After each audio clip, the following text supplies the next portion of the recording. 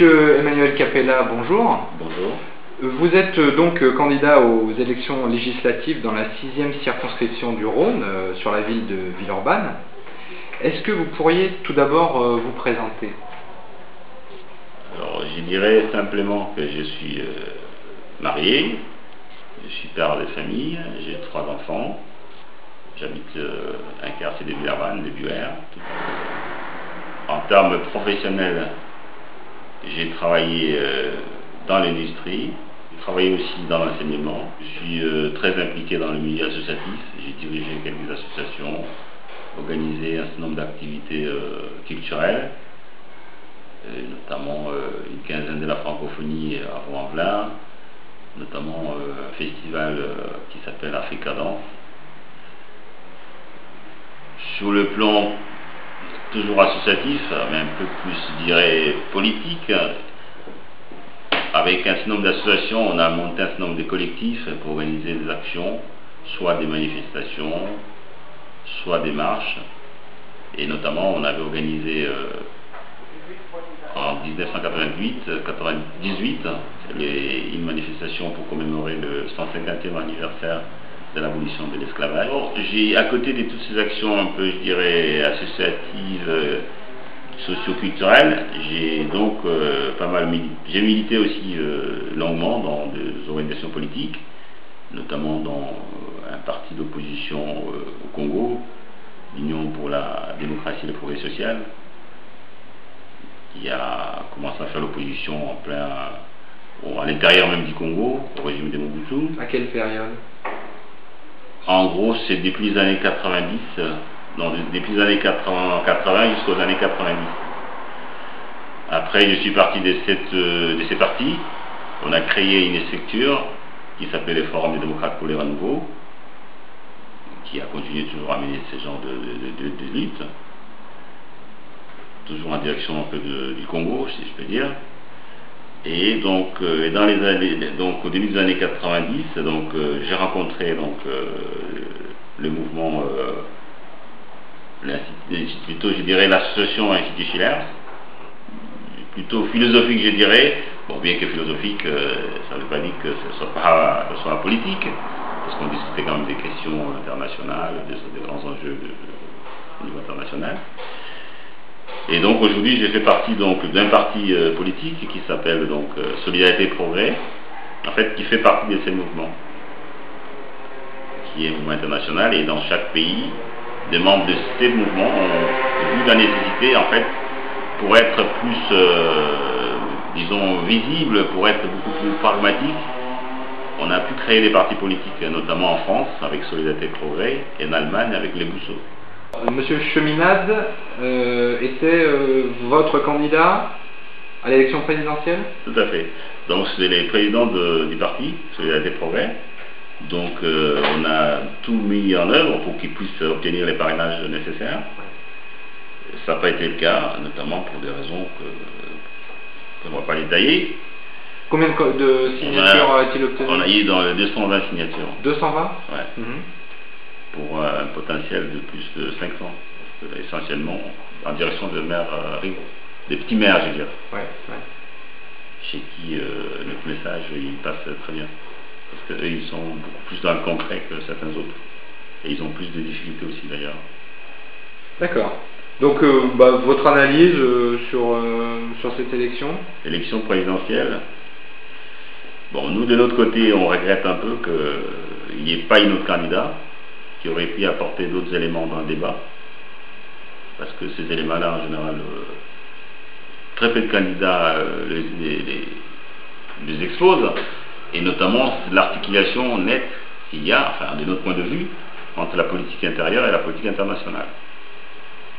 Donc ça a manqué. Et l'autre regret, c'est qu'on n'a pas eu de débat à la hauteur des enjeux qui se présentent aujourd'hui. Alors, M. Sarkozy a été élu. Comment le situeriez-vous justement d'un point de vue international? Alors, d'un point de vue international, je pense que M. Sarkozy, je citerai Eric Besson, qui est maintenant son secrétaire d'État, pour qui M. Sarkozy, c'est un néoconservateur américain à passeport français. Donc ça résume vraiment qui il est. Donc c'est votre opinion aussi? C'est mon opinion aussi. Voilà. Donc on regrette qu'il ait été élu. Bon, maintenant les choses étant ce qu'elles sont, il faut essayer de...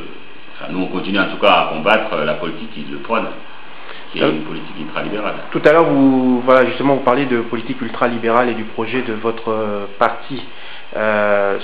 Pouvez-vous nous citer 2 ou 3 points qui pourraient contester cette politique ultralibérale au sein de votre parti? Mais la première des choses, on est en face des milieux financiers qui justement détruisent les États-nations. Un exemple simple, aujourd'hui, on a une monnaie européenne qui n'est contrôlée par aucune institution, par aucun État. On a une banque centrale européenne tout à fait indépendante qui peut, elle par contre, critiquer les politiques des gouvernements, mais qui est au-delà, qui n'est pas critiquable. Vous voyez, donc il y a un problème. Les États ont créé quelque chose qu'ils ne peuvent pas contrôler. Donc pour nous, l'Europe est dans une impasse. Si on voit les traités de Maastricht, donc on a créé une monnaie qu'aucun État ne contrôle. On a mis en place... donc concrètement, vous êtes contre l'indépendance de la Banque Centrale Européenne? Tout à fait. Tout à fait. Parce que on n'est pas contre pour être contre. Parce que il y a des b.a.-ba économiques. Un État, il a au moins 3 instruments pour agir sur les points de vue économiques. Il a la fiscalité. Aujourd'hui en France, on ne peut pas toucher parce que les prélèvements obligatoires sont déjà au-delà de l'imaginable. Soit l'emprunt, aujourd'hui on nous parle de 42 000 € par habitant, donc on est prêt à la gorge. Il y a la monnaie, et la monnaie, comme je disais, aucun État ne le contrôle, aucun État ne peut dire quoi que ce soit à la BCE.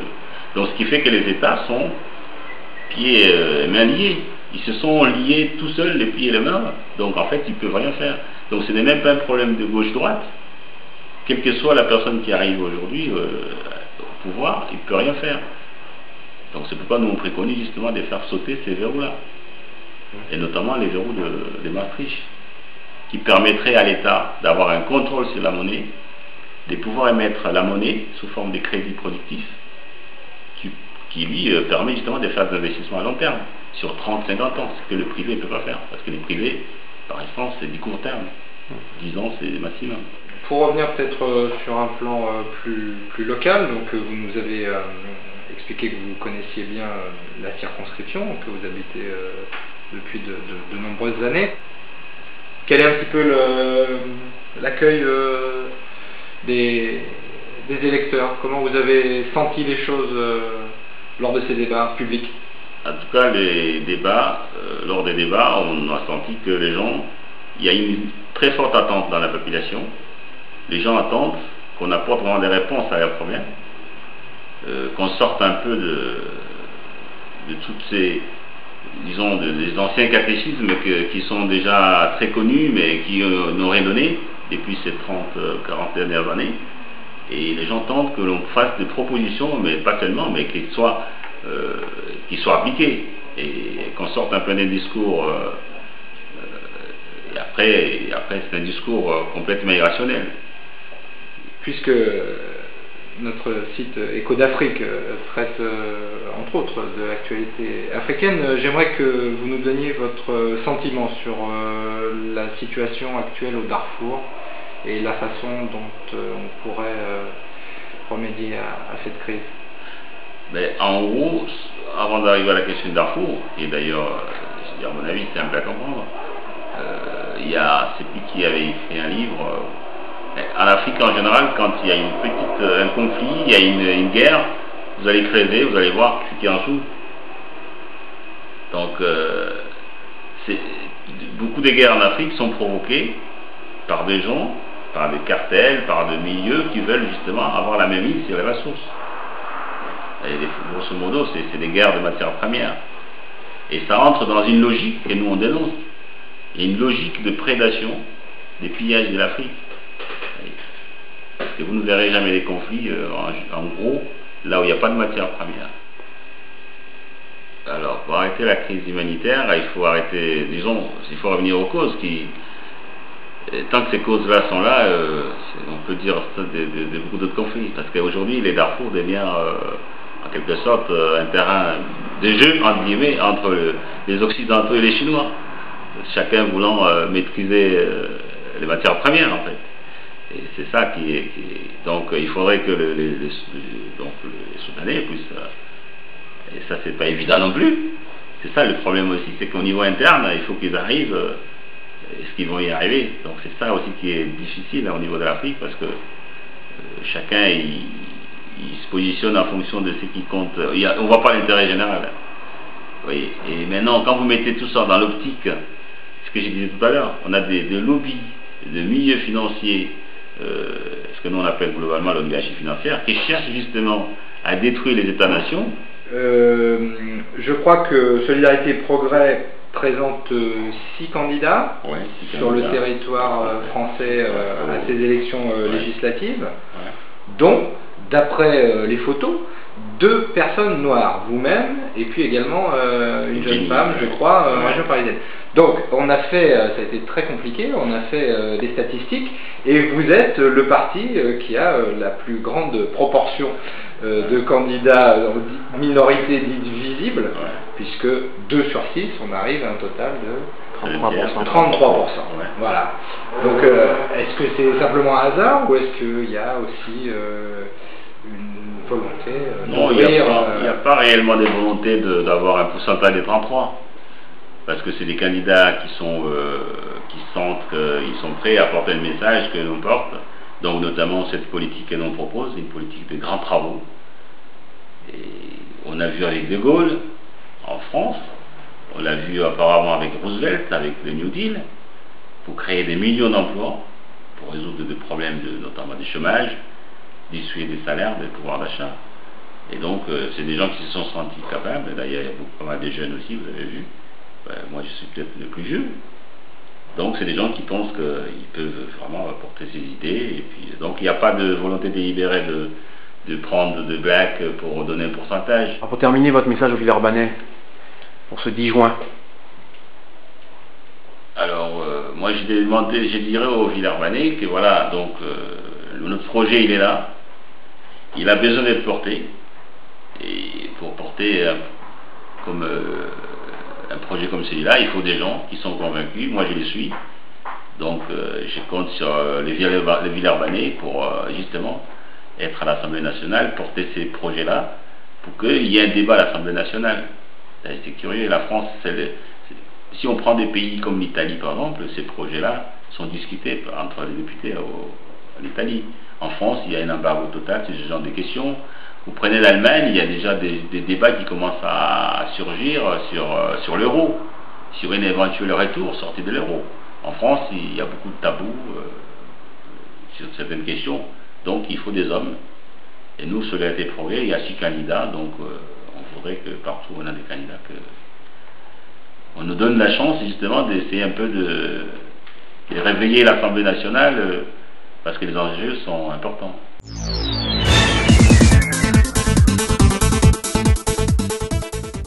Bonjour, donc je suis Clément Sadger, je fais partie du mouvement de jeunes de Jacques Cheminade et qui soutient actuellement Emmanuel Capella pour les législatives à Villeurbanne. Donc nous, on veut vraiment mobiliser les jeunes à retourner dans la politique. Donc, mais le problème c'est que souvent il y a des gens qui hésitent à y aller. Alors j'ai écrit un poème pour essayer d'inspirer à changer tout ça. Gagner, gagner, gagner, il faut vraiment gagner. Le monde ne va pas bien, il faut changer de chemin. Politique corrompue, tu ne nous défends plus. Il faut intervenir pour changer l'avenir. Depuis longtemps déjà, beaucoup luttent pour cela. Peut-être faudrait regarder, car ça n'a pas marché. Certains ont dit oui, oui, oui, oui, vont au PS, à l'UMP, ou l'UDF, ou le PC. Pas des ivrognes qui boivent des dogmes. Ils sont choqués, puis vite blasés. Bah oui, il faut s'adapter. Ils se prostituent pour la bonne cause. Regarde passer les éléphants, avec eux sombre dans la pénombre, et puis voilà, c'est la cata. Voilà que le Titanic coule, vu que conduisent tous ces maboules. Mais qu'ont fait les autres passagers du bateau de l'humanité? La super arme qu'ils ont trouvée, c'est de rester là à bouder. Penser local, agir local, restons donc tous au fond de la cale. Si chaque cabine pense à être clean, que tu souris à ta voisine, chaque petit geste fera que ce sera moins indigeste. Au moins, quand tous on coulera, on pourra se serrer dans les bras. Oui, on sera mort. Oui, on sera mort, agglutiné corps contre corps. Ça c'est gros. Ça c'est trop. Voilà que les opposés nous mènent du même côté. Au fond, au fond, au fond, au fond. Qu'allons-nous faire comme solution? Des blagues, des blagues, des blagues, des blagues. Allons donc voir les politiques, donnant de l'air à tous ces pitres. Quand tous ces pitres ferment comme des huîtres, faut les secouer comme des pommiers. Ils ont les ch'touilles, on besoin de chatouilles. Faut que toi tu repeuples l'agora, que tu sois là pour donner le là. C'est quand on allume la lumière que les sorcières au loin s'enterrent. Sortons tous les secrets de famille, où la guerre mondiale c'est dans le mille. Il y a le système financier qui craque. Il faut reconstruire la baraque. Ce sera la mort de milliards de gens si on ne relance pas le développement. Un plan Marshall, oui mais mondial, grâce à des banques nationales. Prenons l'exemple de l'Argentine et de toute l'Amérique latine et de ceux qui aux États-Unis se battent pour retrouver leurs esprits du fondement de leur république qui stoppa l'Empire britannique. C'est comme pour apprendre à nager. C'est bien plus simple que ce qu'on croirait. Eh oh, suffit de se jeter à l'eau!